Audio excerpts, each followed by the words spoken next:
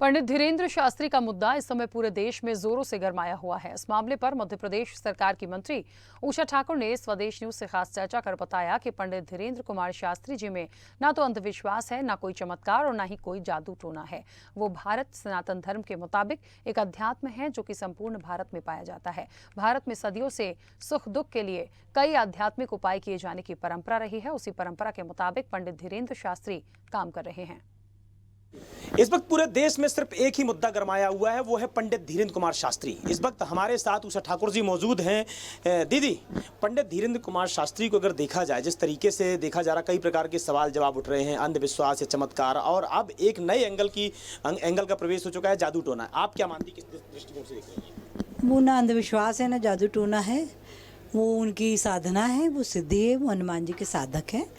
और हमारी सनातन व्यवस्थाओं में, हमारे वेदों में भी मंत्रों की सिद्धि और उससे प्राप्त पर अपर विद्याओं का ज्ञान, ये जिसको सही तरीके से हो जाता है, वो लोगों के दुख दर्द जानकर उनके समाधान के लिए कोई मंत्र बताते।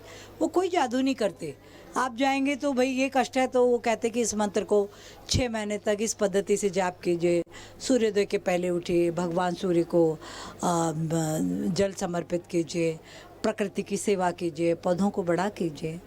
व्यक्ति को जो कोई अवसाद में, विषाद में डूबा हुआ है, उसको सकारात्मक कामों में लगाकर उसकी ऊर्जा बढ़ा देना, ये तो हर अच्छे इंसान का कर्तव्य है। दीदी, सनातन धर्म में जैसा आपने बताया, सुख दुख और उसके उपाय के लिए तमाम तरह से, जिस तरीके से आपने उपाय बताए हुए भी किए जाते हैं, लेकिन किसी के परिवार का नाम बताना या जिस तरीके से कई प्रकार के ये सवाल उठने लगे कि एक पत्रकार के परिवार का उन्होंने नाम बता दिया, फिर उसके बाद में डिजिटल प्लेटफॉर्म यानी फेसबुक से उनके चाचा जी का नाम, भतीजी का नाम निकल कर सामने आ गया, इसको क्या कहेंगे आप?